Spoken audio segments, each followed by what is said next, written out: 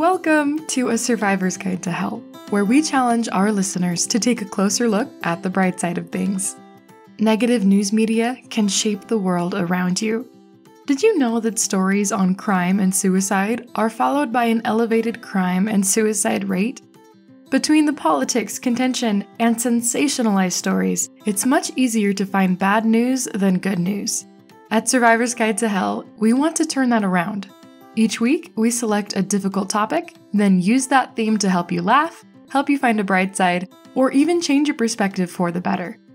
We want to help improve your mood, your character, and your mental health with a healthy dose of silver linings. We're honored to have you as our guest.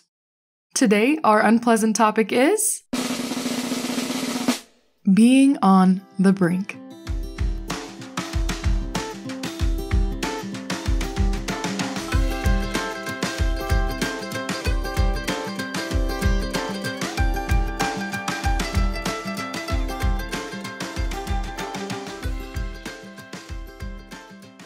I think the word brink gets taken for granted sometimes. It's one of those words you only hear in a popular phrase, in this case, on the brink. On the brink is usually whipped out in slightly cliched movie synopses or book jacket blurbs, and only to describe when things are going wrong. A world on the brink of destruction. A professor on the brink of insanity. A community on the brink of violence. According to Oxford Languages, the brink is, quote, an extreme edge of land before a steep or vertical slope, unquote. When I read the words, the extreme edge, I don't get the sense of impending doom. Rather, I feel a faint tickle of exhilaration. The extreme edge is no cocktail bar for easygoers and average strength hearts. It's more like that bush and bramble shelter made by the men and women whose love for survival is only outmeasured by a desperate kind of curiosity, a gnawing hunger for innovation, or a potentially deadly craving for success. There, in the fringes of what we can endure, right on the precipice of sanity and insanity, lives an elusive kind of euphoria. Today, we're talking about being on the brink. We won't ignore the pit on the other side. That steep vertical slope that ends in rolling lava, toothy rocks, grappling zombie hands, or whatever your version of doom is. However, we plan to keep our feet firmly on the higher side of things as we share our stories with you today. First, we'll introduce you to Lois and Lump, two curly-headed toddlers marooned in the United States in 1912. They didn't speak a word of English, and soon had their pictures scattered across American newspapers in a desperate search for their mother. Then, we'll talk about the lesser-known details of Flavion Carvalhos, the restaurant manager that spotted some unusual details at a dinner guest table and may have saved a life because of it. Gather your grappling hooks, your harnesses, and whatever faith you have left, everybody. We're visiting the brink. Act 1. The story of Michelle and Edmund Navratil, toddler survivors in search of their mother. In France, 1912, a man was having marital issues. His name was Michel Navratil, and he was a Slovakian immigrant living with his wife, Marcela Carvalho. Michel was incredibly handsome, with sweetly carved cheekbones, a well-cut chin, and eyes that spoke of both warmth and sadness. But Mr. Navratil's looks weren't enough to keep his family's tailoring business afloat, nor his marriage. When his sons, Michel Jr and Edmund, were only toddlers, he separated from his wife Marcela after claiming she'd had an affair. Marcela kept the children. Michel, as you can imagine, became a troubled man. He'd affectionately called his sons Lolo and Maman, and had probably grown accustomed to their chubby faces and round eyes bobbing about his home, their incredibly curly hair bouncing over their foreheads as they tumbled about. When you're used to the sounds of two little boys crashing around the floor, an empty home can feel abruptly and unbearably silent. Luckily for him, his estranged wife agreed to let him take the boys for Easter weekend. As she parted with little Lolo and Maman, she had no idea they'd be long gone by the time she returned. Michel had plans for his boys, and they didn't involve staying in France with a single mother. With some help from his friend, Lois Hoffman, Michel left France with the little ones and bought a second-class ticket aboard a promising new sea craft, the Titanic. Rather than signing Michelle on the Titanic rosters, the single father signed the name of Louis Hoffman and added his boys as Lolo and Maman. They were America-bound. Though Michelle Jr., or Lolo, was only 3, his memories of the event were surprisingly detailed. "I remember looking down the length of the hull," he said. "The ship looked splendid. My brother and I played on the forward deck and were thrilled to be there." Magnificent it was. Lifeboats swayed from their perches along the side of the deck, pearly white, even quaint. Numerous chairs and benches lined different structures of the boat, beckoning for its passengers to rest their travel-weary legs and study the pleasant sea they'd be traversing. The sound of water on the ship's hull offered a highway to the promised land of America. Lolo would stare at that ocean from behind his egg breakfast, little legs hanging above the tiled floor of the second-class dining room. The place was brimming with white tablecloths, glass vases, and hungry patrons. As the chatter of his fellow passengers danced about the room, Lolo was overcome with a feeling of well-being. The next part of the story has been told countless times in books, movies, articles. There was an iceberg, a collision. Then there was water. Titanic, which was supposed to be famed for its glamour and ingenuity, was now earning a far more permanent fame. The unsinkable boat that would drift to the bottom of the glacial ocean and take over 1,500 souls with it. Well over half the passengers would meet their end in the dark, briny expanse that night.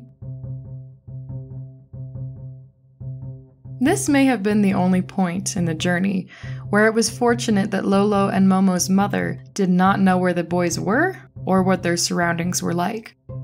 They were only little ones, with their chubby-cheeked grins and sweet, naive trust of the world.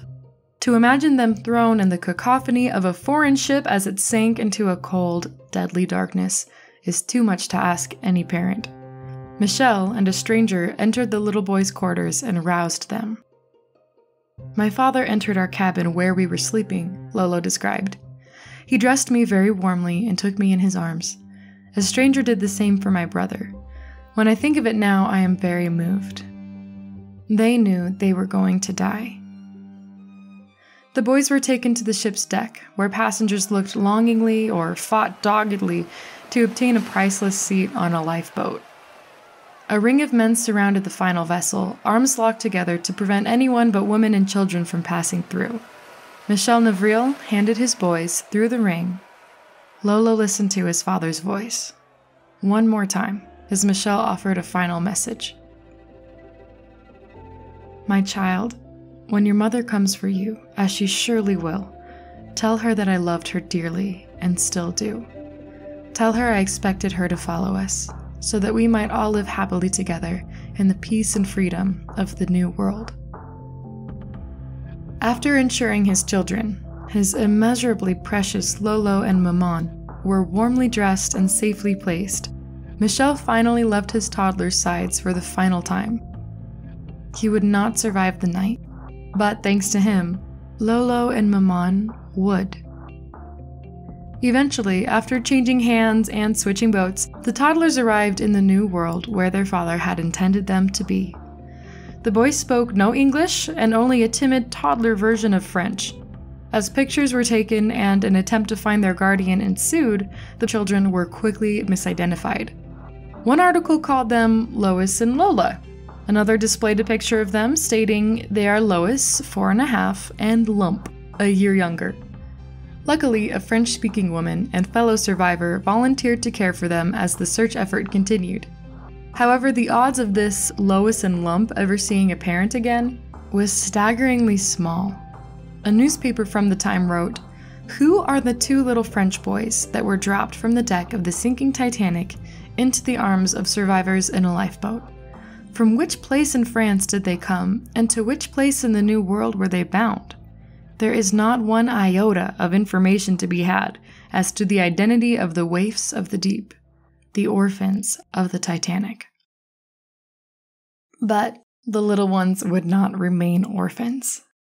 Somehow, a French newspaper with their photo reached Marcella, who still had no idea that her children had been aboard the ill-fated ship. When she saw their image, she boarded a ship herself and successfully retrieved her most precious cargo. Claire O'Neill, writing for NPR, stated, "Had Madame Navratil been on Twitter, might she have found her boy sooner?" At the time, it was probably no short of a miracle that Lois and Lump survived a kidnapping, the sinking of the Titanic, America with no English, and that they finally saw their mother again, no doubt having little understanding of all that had just happened. Michel Jr and Edmund, the beloved Lolo and Mamon of the Titanic, had much life left ahead of them. Edmund married and became an architect. He would fight for France in World War II and be captured by enemy forces. Ever the survivor, he escaped the POW camp and successfully returned home. Unfortunately, the war would take a toll on the man's health. Edmund, who'd lived through the sinking Titanic and a POW camp, died in the early 1950s, at age 43. Michel Jr. married as well, earned his doctorate, and became a professor of philosophy. He, as well as one other survivor, would live to have a special viewing of the 1997 Titanic film. His daughter would watch with him and say he was touched by what he saw. Michel passed away in 2001, at the long age of 92. He and his brother had peered over the brink of death, then found their way back into their mother's arms. Marcella had her own brink, one that threatened to steal her children for good, but failed. Monsieur Michel found a different slope. He crossed over it.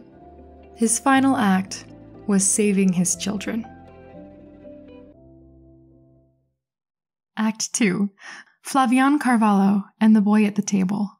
How a restaurant manager used a secret note to save a life. Sometimes a silver lining is only as powerful as its dark and fearsome surroundings, and this story was about as close to surviving hell as it gets. A warning to our tender-hearted listeners, the following tale contains depictions of severe child abuse. Don't worry, there is a happy ending. That's why it's here.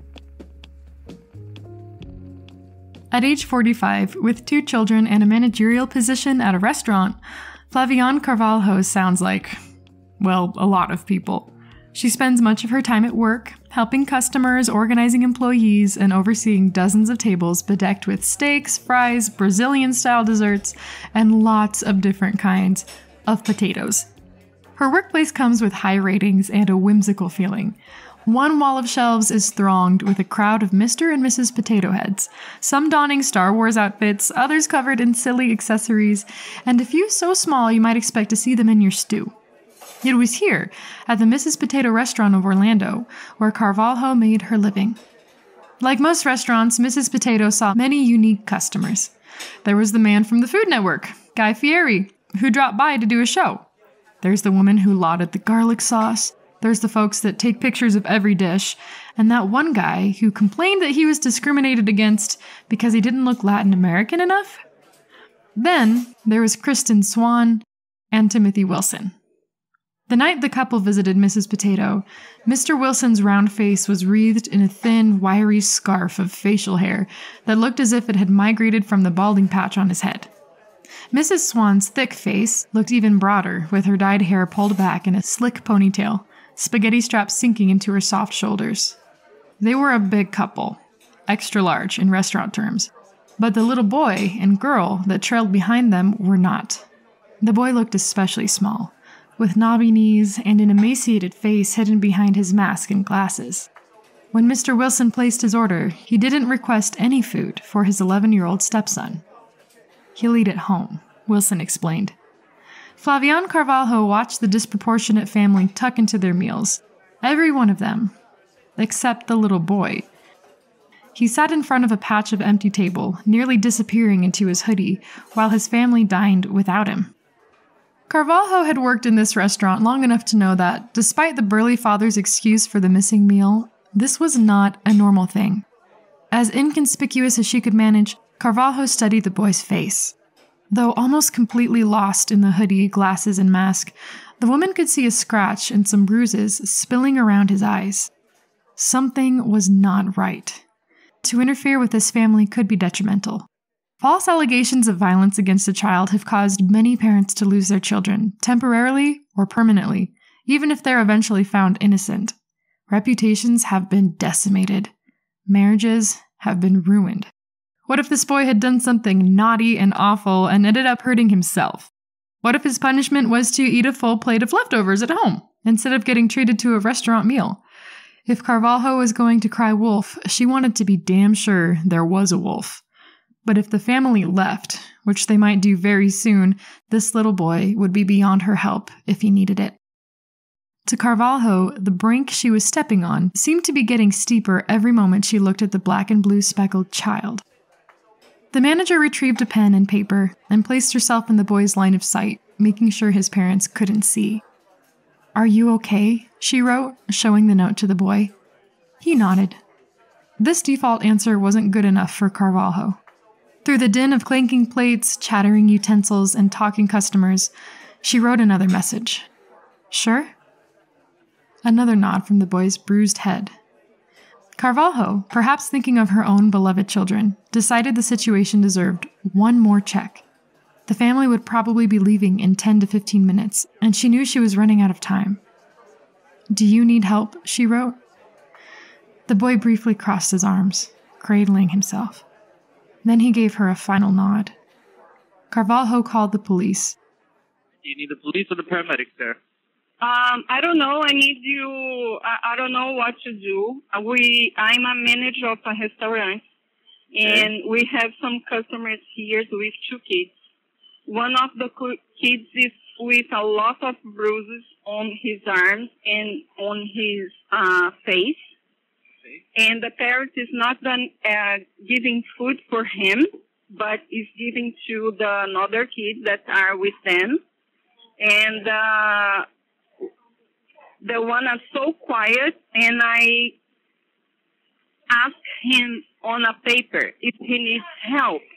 And first he turned his head saying that no, but he kept looking at me, and I write in another paper if he needs help again. And he make me a sign that yes, he needs help. So I don't know what to do. Okay, so are they at the restaurant right now? Yes. Okay, what's the name of the place? It's Mrs. Potato Restaurant. Mrs. Potato Restaurant? Mrs. Potato, Minutes later, uniformed officers passed through the door of Mrs. Potato and arrested Wilson and Swann. When law enforcement began investigating the case, what they discovered would, according to a news source, be enough to bring the lead detective to tears. This boy was 20 pounds underweight. They had thought he was 8 years old when he was really 11. His skin was a blanket of bruises and other wounds. After some encouragement, the boy explained his home life. There were beatings, closed fists, broom handles, and back scratchers had all been some of his stepfather's recent weapons of choice. When the child displeased his stepfather, Mr. Wilson might strap him to a dolly, handcuff him to furniture, or hang the boy upside down in a door frame. Gratefully, Wilson and Swann's daughter seemed unharmed. It appeared that Wilson had singled out the boy because he wasn't his biological child. As investigators continued to question, the boy complained of chest pain.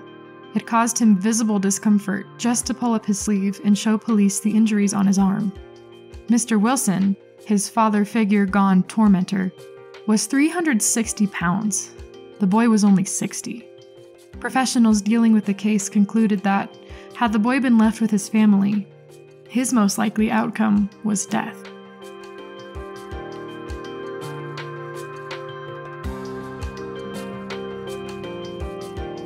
A frenzy of media attention followed Carvalho after she called the police and rescued her poor, unfed dinner guest and his sister.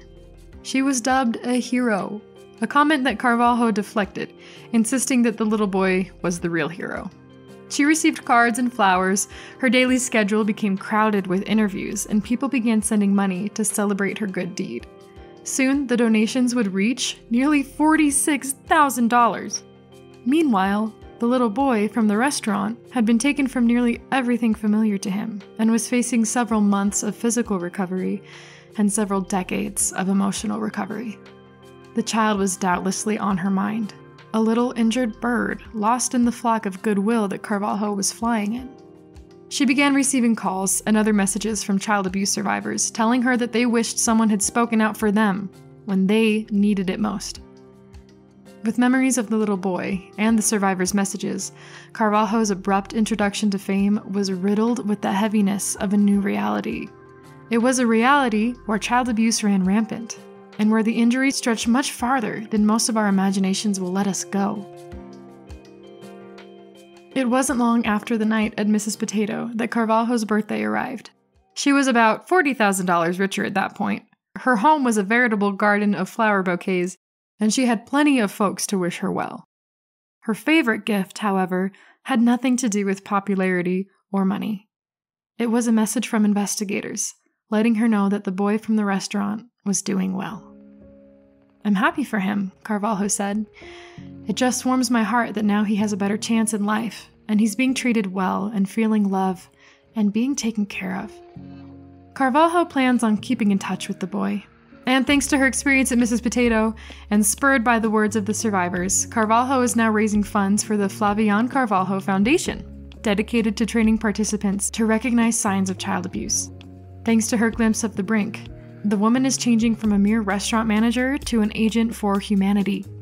As for the boy, he's a testament that there's always hope for escaping our darkest chapters of life, and that even little guys can be tough as lead. Way to escape the Brink, buddy.